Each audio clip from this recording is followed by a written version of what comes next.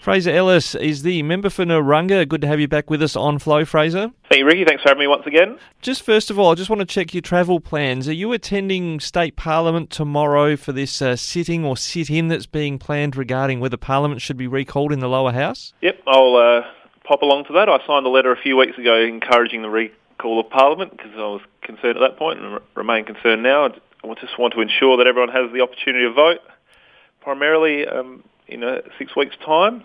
I'm not 100% convinced that phone voting is the answer, but I do want to make sure that everyone has the opportunity to vote. So, yeah, this is this concern that maybe as many as 20,000 people, which is maybe about 500 people per seat potentially, might be isolating unexpectedly at the time of the election and want to make sure their vote is heard at the 19 March state election. But, can Parliament actually pass any legislation or deal with things if the government refuses to turn up? Well, I think the short answer to that's no, Rikki, but we, the crossbench, are going to turn up and be ready to do our jobs, and if the government have a sudden and unexpected change of heart, they'll show up as well. And I know that the Legislative Council are sitting this week, so the Parliament is in session, so time will tell. Mate. All right. Well, on the rapid antigen test front has been one way people have been able to keep turning up to work, and I believe legislative councillors in the upper house of Parliament have been told they have to take one to be able to even turn up for Parliament. I imagine you will as well, but people in the Yorke Peninsula and Copper Coast region can now access rapid antigen tests a bit closer than they could before. Yep, we've got 2 pick-up spots now with Wallaroo and Maitland, which is wonderful news.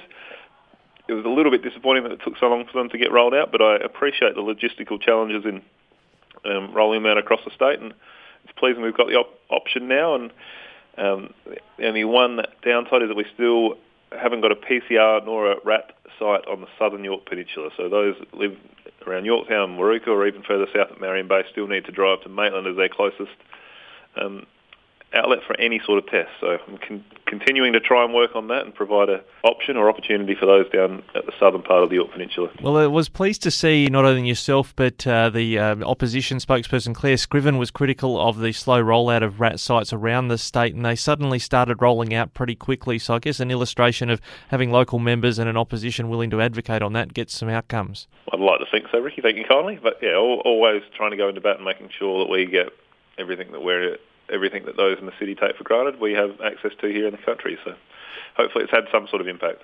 Now, just speaking of, I guess, impact or the turning of a sod that's occurring at the duplication of the Augusta Highway, a federal state announcement today. What's your view on that one, getting duplication, I think, from that overpass we've talked about before near Port Wakefield up to Lochiel?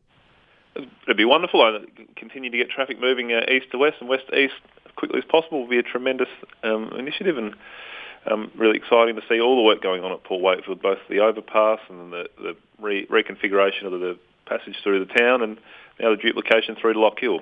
I have been advocating, Rikki, on behalf of the residents of Lochiel for some clarity about what might happen through the town, whether the 4-lane carriageway will now go through the town or whether there'll be a reconfiguration, because there is a popular cafe in Lochiel that would need traffic to go past, and of course also Lake Bumgarner, is also a popular tourist destination with a lot of trucks stopping off there, and we need to make sure that they can pull off on the side of the road safely so that people can visit those important destinations. It is a tricky spot. If I remember the travel through the area correctly, you haven't got much room to move between the hills there and the lake. You don't want to offend the Lochiel monster either.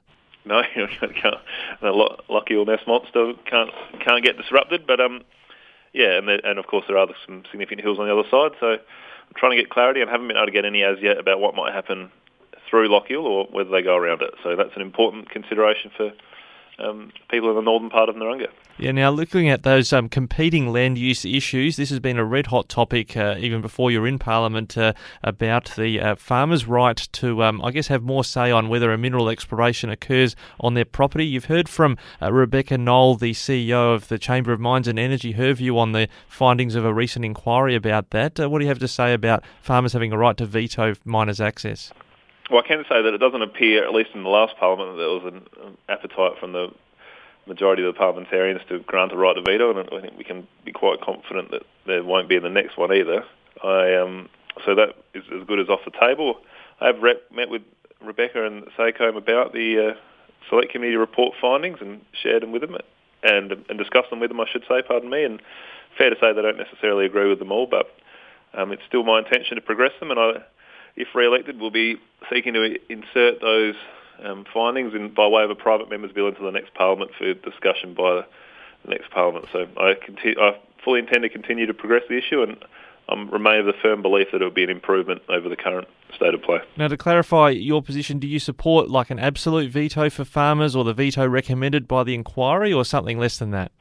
Well, the Select Committee doesn't necessarily recommend a veto as such. It recommends a planning system that increases the height of the hurdles over which a mining company might have to jump if it decides to pursue minerals on agricultural land, rather than a veto as such. So it would still be possible to mine on farmland. It would just be a more difficult proposition, acknowledging that their incumbent land use is already quite a profitable and valid land use, and it should be reach a higher threshold if it was to be displaced. So the Select Committee doesn't recommend a veto as such, but it does recommend some increased protections. So is the Chamber of Miners and Energy running a bit of a straw man argument? Is a bit of a veto to say they want beat up to say they want to stop a veto of miners coming on the land if no one's actually talking about a full veto?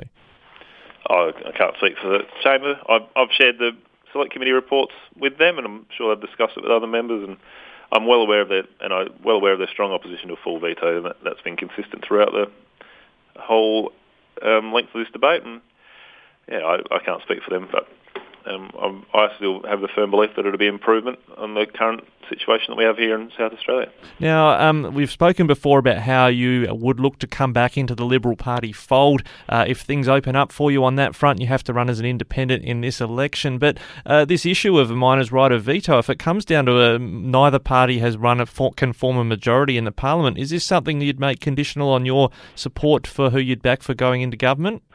Really, I'd consider a number of things if I'm lucky enough to be re-elected, and one of them would be a willingness to have the debate about farmers' rights, and the other thing would be continuing to invest in regional health, which I think is the most important issue that we as a Narungga community face at the moment, and ensuring that we have access to doctors and accident emergency services up and down the peninsula. So got to get re-elected first, and I'm certainly not taking that for granted, but if I do, and if I am lucky enough, there'd be a whole range of things that I consider, and about which party to support in the government. But to be fair, from what you've said before, you'd imagine the Liberal Party is pretty short odds in that negotiation.